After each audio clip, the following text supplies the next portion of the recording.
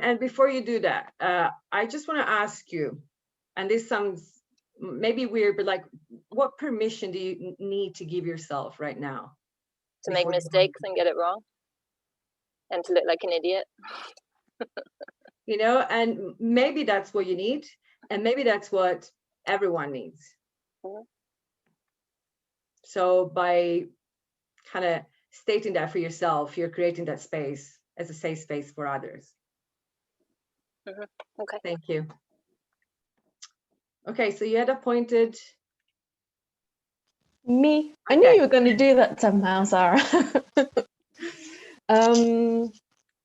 So I think I found a lot of them quite challenging, actually. But I think the main one where I still feel quite blurred is the requesting and challenging. Because for me, it's the struggle of getting from the process of the listening and the questions and getting into that, what I would say is the more sort of like concrete part, which is not advice, but somehow somewhere around there you need to get into the action part, and I see that really tricky, because you could just sit and listen and ask question and just go on with that. I don't know when that part starts actually, or what the trigger would be.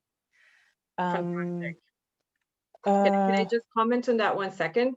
Because that's really what it is. You are basically zooming out and you're expanding, right? We're talking about exploration, you know, we use all these words, like there's an expansion. You ask the focus to be like 360, right? At the beginning of the conversation as you're exploring. And then you want to kind of squeeze it all in back into one concrete step. Yeah. So that's a bit the pulsation of the conversation you want to have. When that happens, how that happens, you're right. It needs tuning, and it needs understanding of like what's happening in that dynamic. And I would say, if you don't feel it natural, if it's not happening, you're not sure, you can ask, is there any action you think you could kind of commit to at this point? Would that be helpful for you to commit to an action? Yeah. This is where it's so hard, because we're advisors and we spend most of our days supposedly advising others, and we struggled so much the other days and not doing that. So, okay, yeah, but that's a good one, clearer. Okay. And then as for the intention, would be to just give it a go. Still feel like a total beginner. Great. You're not alone. I still feel like a beginner too. Who are you gonna... We can't hear you anymore, even though you're not muted. Hello, Tamara. In the meantime, welcome. And now, can you hear me now? Yes. Okay. Yeah. No, I pulled on my microphone. Susanna, because you used to be in my office, and it's nice to just be able to nearly touch you by throwing a virtual ball or something. Thank you, Alex. Honestly, and I just felt what you were saying. I feel a bit the same. So for me, the most challenging is the challenging, and yeah, I also, it hits to me as well of what role do I have? How do I actually organize a coaching session? It's like the timing, you know, do I have 10 minutes? Do I have an hour? And that would also mean, you know, do I ask hundreds of powerful questions, but at what point do I step out and zoom back in and start asking for action, accountability, but especially challenging, because I like to have it nice. Huh? I mean, I like to have a good atmosphere between me and the person that I talk to in any way. So I don't like to ask uncomfortable questions or overstep my role, or making the other person maybe emotionally also step back and fear that I overstep something if I challenge. So this is point. I think my biggest, the zone that I feel very uncomfortable about, which I find the most challenging in general in thinking about coaching somebody. Really, really great point. Thank you. This is something I'm sure, if not all of you, probably like most of you are also feeling and can relate to. And the trick is that, in fact, like, for example, even in mentoring, we had the evaluation of impact and of the whole program. And what came out as the thing they appreciated the most, the mentees, was to be challenged. So there's this thing of like holding them very dear and you know, wanting them to feel safe. But the magic is that when you manage to create that space, people actually want to be pushed. And this is not as an advisor or as a manager pushing you to do more, pushing you to do even more kind of spins or whatever you're doing, right? You're challenging the person to want more for themselves, to dare more for themselves, to claim more for themselves, right? It's their agenda. You're kind of seeing what they're not seeing. You see they could do so much more, be so much more, and they're maybe making themselves small. So you want to break those limitations, those limiting beliefs, by throwing a challenge that throws them off a second, so that then when they're probably going to say no, otherwise you're not challenging them enough, right? They're going to probably agree to something they wouldn't have agreed to in the first place, which is already an expansion. It's a bit, you know, going beyond. So it's really just like the longing, the potential you see for them. Does that help a bit more, or? Yeah. And I think, yeah. Can I ask a question about that? Because surely there's different ways of challenging people, and if you challenge someone in the wrong way, you're going to have the adverse effect where they're just going to go more and away from you rather than towards you. So surely you have to challenge them in the right way for them, because otherwise it's essentially like shooting yourself in the foot. And if you go in really aggressive and this person reacts badly to aggression, then they're just not going to want to open up to you. That's absolutely correct. And I would say, I personally always ask for permission. Yeah. That's really the only thing that can make that shift. You're asking for permission and you're not attached. And this is something we can look also later on, but like whatever you're proposing, you're not trying to convince them. You're not attached to that. You have no interest, no agenda in that. Right? It's like when Irene said in the Wheel of Life, oh, I would like to get to an 8. And I said, why not a 10?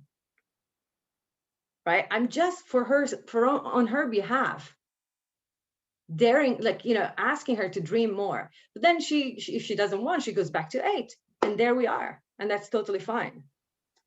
But could it not be seen by someone as you judging them for not having aimed for a 10? If you go in saying, why not a 10? And they'd be like, oh shit, I didn't even go for a 10.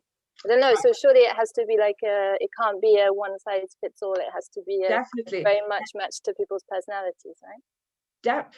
Yes, and to an agreement, an understanding of, you know, I actually asked her, I'm going to challenge you on that.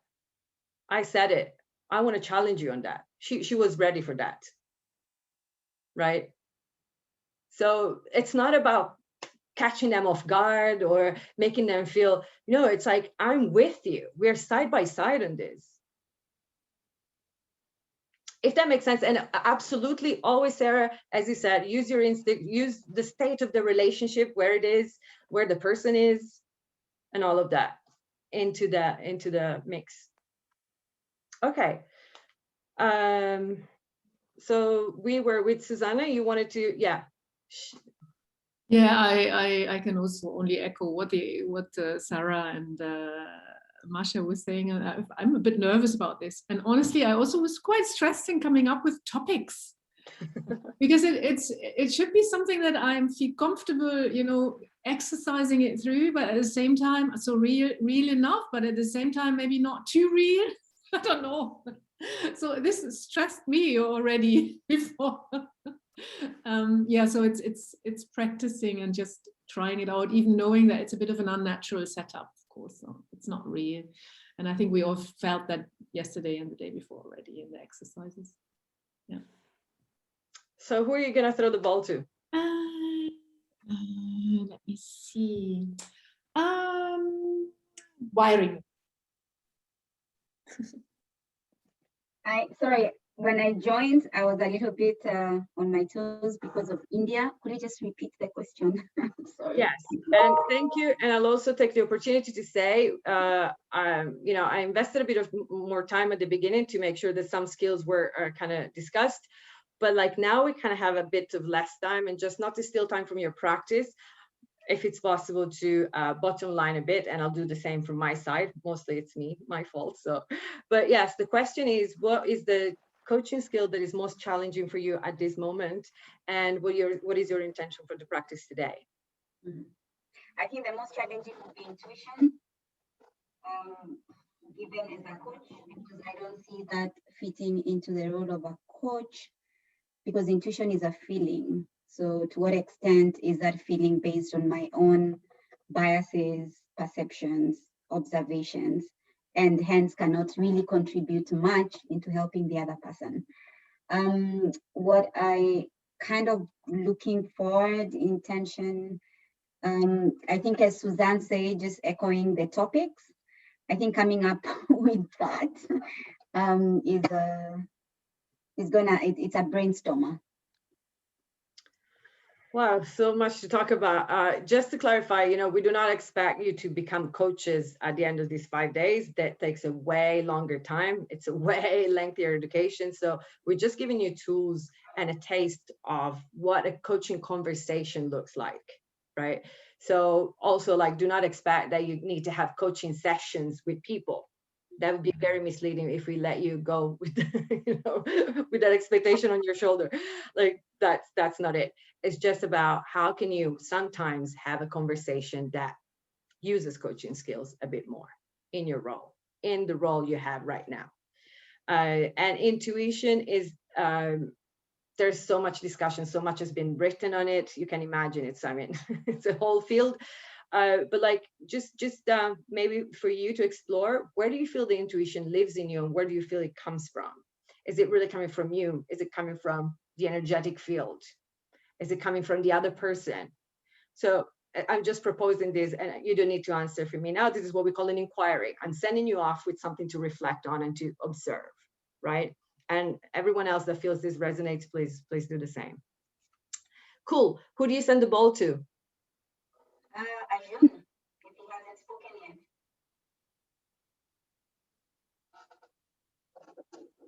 Yeah, for me, I think it's mostly about asking questions, not just to satisfy my curiosity, but questions that can be useful. And the second, I was wondering, how much is it important for us to actually understand as coaches or mentors, to understand the other person? Yeah, that was, and what, yeah. Amazing question. You could even go as far as having a little experiment in which the person doesn't reveal the topic. And you coach the person without knowing the topic. It's absolutely possible. I've personally done it even because the person wasn't comfortable in revealing what was troubling them. So it's a fascinating thing to when you understand that actually you don't need to know about it. So, you know, play with it, and then you let us know tomorrow. How much do you need to know? Okay, who are you throwing the ball to? You're on mute. Tim Schenk. Thank you. I was reflecting on this, and I think for me, probably the skills that I may need to work on the most would be acknowledging and championing. I think I just in my own approach, I may rush toward actually requesting and challenging. I think I have an inclination to try to push a bit, and so I think taking a step back and you know, affirming some of the things that people are doing and kind of expanding on them is a helpful reminder and a helpful thing to work on. Yeah, and I just want to say you might get there, anyway, right? Like sometimes we take these roles and we need to be the ones that are requesting, but sometimes the result will be achieved even if we just abdicate from that role for a second, right? Things just have a way to happen sometimes, possibly. So you can go on holiday as a requester every now and then and see what happens. Okay, who do you want to throw the ball to? Let's see. How about Anais? Thanks. For me, the skill that I found challenging is action, accountability, and finding the right balance between, I mean, identifying the small steps. They don't necessarily need to be small, but can be small, that will really help the person, versus kind of like being, yes, as we said before, kind of obsessed with the providing solution, fixing things, saying like, if you don't know that, maybe let's do that. So less action oriented, but more like these steps that are actually really helpful for someone to then process their own solution. So, and yesterday I found myself a bit stuck between, then if I try to refrain from being this action oriented, then I was a bit blank on like what kind of, what are the other alternatives I can propose. Oh my God, thank you so much. That is so true for so many of us. Like, what do I replace it with, right? Like, how do I make myself valuable if I'm not providing that? And you only can answer that, right? And it's an amazing journey, and I'm sure you're gonna find so much about you and about relation, potentially you can have in a different way. I don't know. I'm just guessing. I don't know. I feel it touches me. So yeah, good exploration. Thank you. And I think my intention for today is really just to explore, to try to enjoy also the conversation we have, because some of the participants we know already quite well, some not at all. And it's a really an interesting way also to interact between us, and to try to get rid of the anxiety of all this stressful topic we have to come up with, and just to enjoy the learning. Great. And who do you throw the ball to? Olivia. Thanks. I guess the first one would be the powerful questions, because I previous to yesterday I would have said that was something that I was quite comfortable with, but after the trainings that we did, I realized that it's very, very hard to avoid these yes no advice questions, and the right question can really flip the whole conversation and give you a completely new perspective. And it would be wonderful to incorporate that properly into, a daily work, because I think that you could get some really interesting new angles on things. So yeah. And in terms of the intention for today, to echo what other people have said already, to hopefully continue to have new perspectives on things that I thought I was good at or comfortable with before, and to make the most of all the different things that everyone's bringing here, all the different perspectives. And I choose Ali. And sorry, before we go there, I just wanted to say one of the most powerful questions is, what's a good question for you right now? And I don't know if you start to see a pattern, but really the only person in charge is the person you're talking to, right? They are very creative, very resourceful. Use them. Right? Thank you for sharing. Okay. Was it Lali? Ali. Okay, thanks.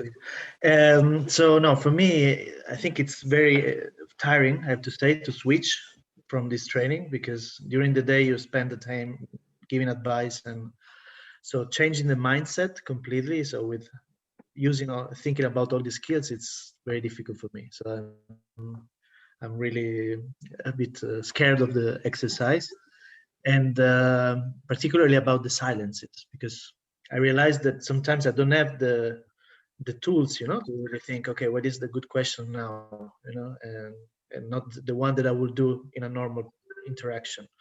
And so, yeah, that's the thing that I'm a bit afraid of. So I will, yeah, in terms of expectation, in terms of what I will try to do is, yeah, to play this role, you know, like how far I can go in changing the way I think and interact with people, because that's a bit the challenge of this training completely. Voila, and then I will ask Natalie. Yes, and I just need to say this thing because you guys are bringing up such topics. Like, it's been such a pleasure. Thank you. Silence is huge, huge. Like, oh my God. Try today to play with that. Try to have like maybe really little questions. See when is that you start to feel uncomfortable. See when is that the person in front of you starts to feel uncomfortable. And of course, I mean, there's a whole cultural dimension about silence that we're not going to go and explore now, but like, just get really curious. How are you with silence? Good job. Thank you. Okay, Natalie. Yes, I hope you can hear me well. For me, in the exercise, I put intuition, and now I also want to add geography, because I mean, it's difficult, I think, when you are behind your screen, that to change the perspective or the angle. I think it's much easier when you are in front of this person. And I think for today, many people talked about being stressed about the exercise. And yeah, I think I'm also stressed, but I think I'm just going to do my best. And I hope we will have fun and we will enjoy it. Fantastic. And I throw the ball to Lali. Yes, I'm just conscious of the time, because we are a bit behind. So let's give each other another 5 minutes for this, and then we go quickly, so that then we have the time for them to practice until 4:30. Good point. Lali. Yeah, sorry, my internet came and cut off for a while. Well, in any case, it's the last two, the challenge and requesting, no, and the action accountability. I've been reflecting in this moment at that, and yesterday we discussed it also with Imad a little bit. Assertiveness is not one of my biggest things, therefore to request, to challenge, to be, you know, I'm not totally there. And also because I expect the counterpart to do their part, no, rather than request and challenge and yeah. So that would be it for today. I think I also concur with Alessandro and those who said the difficult questions, no, which is and the silences. Although I think I use silence quite a lot, because when you use it, you give time to the other person to keep on, you know, it makes them a little bit uncomfortable, so they keep on going and they end up saying actually what maybe they weren't so confident to say. It's because, you know, they need to fill the space. But yeah, the powerful questions, I think it's something that I need to work on. Good luck. Yeah, thank you. Who are you going to throw the ball to? Tamara, I don't know if she... Yeah, she's there. She didn't talk. So quickly, I think like a lot of you, some of you, powerful questions. And the basis for me is to try to dislodge the assumption or the strong anchored belief that when someone comes to you, they need some solutions. It's anchored in me, just very hard, that they need something practical and solutions and that they expect it from you. So that's the biggest thing. And for today, I just want to be in a heightened state of self-awareness to see how automatically I would react, and so that, and enjoy. I enjoyed it actually yesterday. It was tough, but I really like it when it's pushing me outside the comfort zone. So that's it. Thank you. And I guess Laura, Guylaine, and Valerie is yeah. So yeah, Laura, you go. Yeah, is that okay? Yeah. Hi, for me, I would like to practice the powerful questions and connect them with the listening. And my intention today is learn from others, practice and feel the different roles. Great, thank you. And we go for Guylaine. Hi. So for me, I think the most challenging one is about embody geography and metaphor, and sort of what Masha was saying at the very beginning. So I don't feel that I would be a therapist, but more like a guru. It's really the weirdest for me, I think, in the different skills, and it's not natural for me. And what I will try to do today is use more my intuition and try to avoid spending too much time in thinking what kind of question I should ask, not trying to think too much about or focus too much about the why, the no versus the yes, but just go straight forward to the intuitive question, the first that comes. Great. Valérie?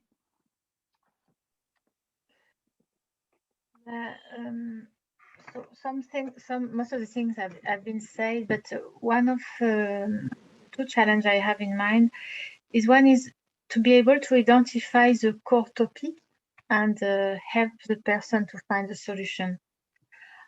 Working remotely, it's hard and you miss things. So if you just stay with what the person say, maybe you might miss what the core topic is. And the second thing, it's a bit linked to the first one, is coaching is today in our culture informal. So what we are learning with you is that there are some rules. So I'm wondering how to put these rules suddenly, you know, like, okay, now I had a coaching and there are some key rules. So it's easy for you because you are all here, but I'm just wondering yeah. And my intention is to practice. Yeah, practice. Great, thank you. And I would just say the only rule really that I would like you to kind of respect is permission and transparency. At least for now, permission. Great, thank you guys. Irene, I'll explain very quickly, 1 second, the practice. So what we want you to do is basically you're gonna have some time. Use this time, which is gonna be actually 12 minutes in total. Yeah. So use this time, imagine like you have the first 10% of that time to identify a topic and kind of really make it come out, chisel it out. You want to know exactly what the topic is because that clarifies it already for the person. Sometimes they think they know the topic, but it actually really helps to reflect a second more. What is the topic really? So do I hear it well as it is? Do I really, just make sure you have it? Then 80% of that conversation should just really be aimless exploration. You have no map, no compass, and you're just exploring. You don't have to get anywhere, to no action, to no added value, even, okay? Just free exploration. And then in the last 10, you bring it home. Again, you contract, okay? So you're like zooming in on the topic, zooming out, zooming in on an action and accountability. Try it out and let's see what happens, if that works or not for you. Right. Irene, you want to? Yeah, I continue? Yeah. So concretely, it's 12 minutes each round plus 3 minutes of feedback. So you are going to be on trial. So the first thing to do is to decide who is the first coach, who is the first coachee, who's the first observer.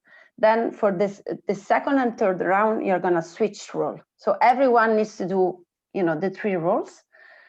Usually it's coach, coachee, observer. So if you are the observer, you will be the coach next and changing.